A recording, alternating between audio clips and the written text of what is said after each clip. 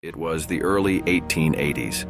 The world was captivated by the idea of venturing into the Arctic's icy wilderness. It was a time when brave men wanted to explore the farthest reaches of the Earth, and one man stood ready to lead such a mission: Lieutenant Adolphus Greely.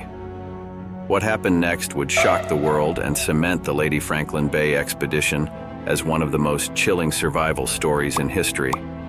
Greely was an officer in the United States Army and an avid believer in scientific discovery. His ambition led him to command the Lady Franklin Bay Expedition, a daring journey to the remote corners of the Arctic, where no American had ventured before. In July 1881, Lieutenant Greely and his team of 24 men departed from St. John's, Newfoundland, aboard the USS Proteus, with a mission endorsed by the International Polar Year Initiative, a project aimed at enhancing scientific understanding through Arctic exploration. This was no ordinary journey. The expedition consisted of a diverse group, including soldiers, scientists, and meteorologists, all determined to gather as much data as possible.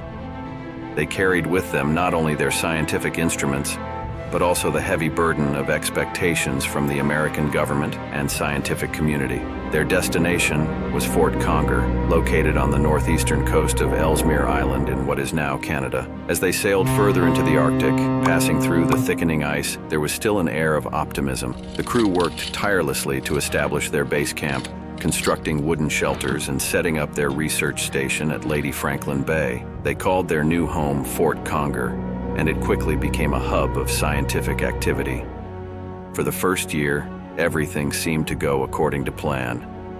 The men conducted meteorological studies, mapped out uncharted territories, and even made contact with Inuit communities, learning vital survival skills from them. Their spirits were high, and despite the frigid temperatures, they felt they were making significant progress. As they settled in for the first winter, the camaraderie among the men grew stronger, and the Arctic landscape, with its pristine beauty and eerie silence, became a strange but enchanting backdrop to their daily routines.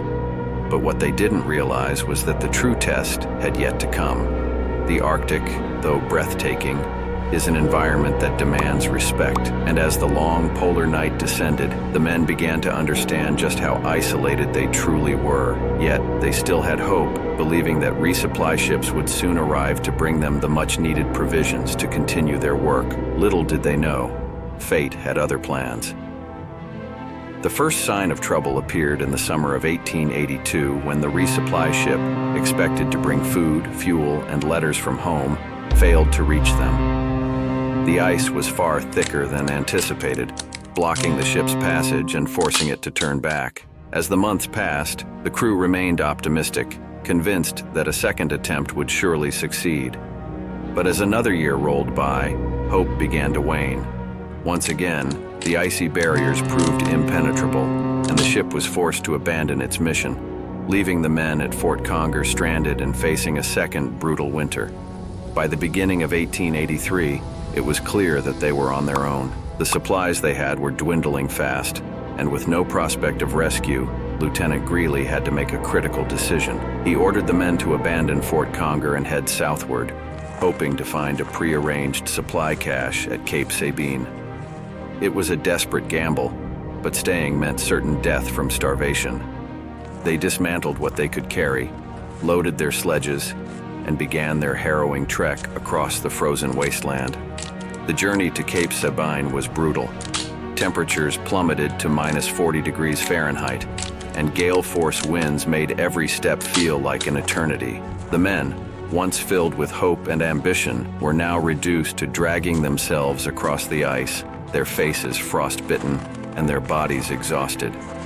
Despite the hardship, Greely pushed them onward, determined to reach the cache that would mean their salvation. But when they finally arrived at Cape Sabine, they were met with a crushing reality. The cache was far smaller than anticipated and would not sustain them for long. Hunger and despair began to take hold, gnawing away at their resolve. Some of the men resorted to boiling their leather boots to extract any remaining nutrients, while others scavenged for lichens and seaweed. As the Arctic winter set in once more, trapping them in its icy grip, the realization became painfully clear. This was no longer a scientific expedition. It was a fight for survival, where only the strongest would endure. As the weeks turned into months, the dire situation for Greely and his men grew increasingly desperate. With supplies dwindling, the harsh realities of starvation began to set in. The men, who once engaged in lively discussions about their scientific endeavors, were now consumed by the gnawing pangs of hunger. The spirit of camaraderie that had buoyed them through the initial hardships began to fray as the bitter cold and relentless hunger took their toll. Despite their efforts to ration the meager provisions they had salvaged, it soon became clear that they were fighting a losing battle.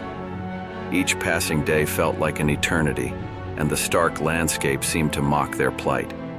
The men had once been soldiers and scientists, proud and optimistic, but now they were reduced to shadows of their former selves, their bodies weakened by starvation. The hope that had driven them southward transformed into a desperate struggle for survival, with every moment fraught with uncertainty. In their desperation, they turned to extreme measures. With food supplies exhausted, they began to consider the unthinkable: cannibalism. The harsh reality of their situation pushed them to the brink, forcing them to confront moral dilemmas that no human should ever face. When one of their comrades, Lieutenant James A. McKinley, succumbed to starvation, the remaining men made the harrowing choice to use his body as a source of sustenance. This act, though a matter of survival, haunted them deeply, serving as a constant reminder of the dire straits they had found themselves in. As the relentless winter continued to grip the Arctic, Greely's leadership became a lifeline for the remaining men. He endeavored to maintain their morale, reminding them of the principles of duty and loyalty. He initiated a rotation for tasks, ensuring that everyone had a role, no matter how small, to keep spirits from plummeting. Yet, as days turned into weeks, the frigid darkness loomed ever larger, and hope dwindled to a flicker. Each sunrise was a harsh reminder of their continued struggle against nature's unforgiving elements, and the burden of leadership weighed heavily on Greely's shoulders. Just as all hope seemed lost, a stroke of fate changed the course of their grim reality. In June 1884, the crew of the USS Thetis, commanded by Captain John O. Hobson, embarked on a rescue mission in response to the distress signals sent by Greely's expedition. The men had not been forgotten after all, and the prospect of salvation reignited a flicker of hope among the survivors. As the ship sailed northward through treacherous waters, it was a race against time. Would they reach the stranded men before it was too late? When the crew of the Thetis finally arrived at Cape Sabine, they were met with a scene of desolation.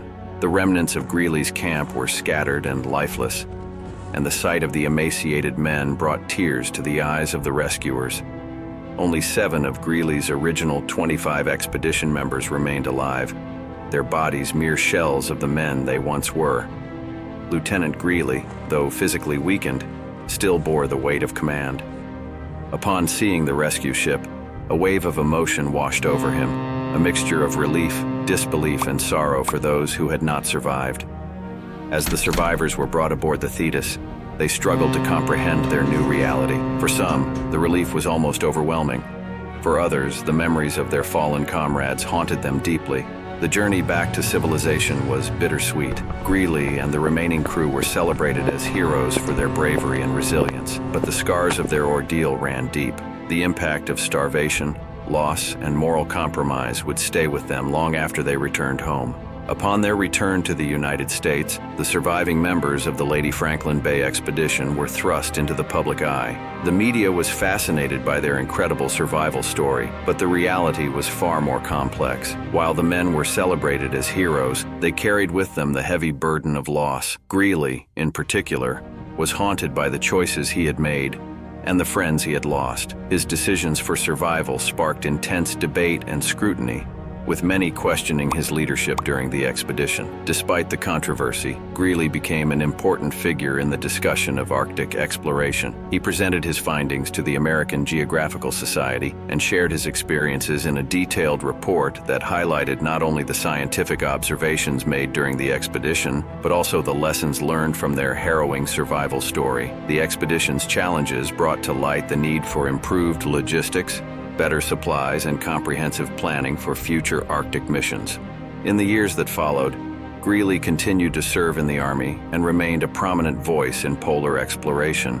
His experiences led him to advocate for the development of more humane and effective rescue operations for stranded explorers. He also worked on advancing the scientific knowledge that could be gained from the Arctic, emphasizing that such endeavors must prioritize the safety and well-being of those involved. Don't forget to subscribe to more videos like this, and I will see you in the next one. Thanks for watching.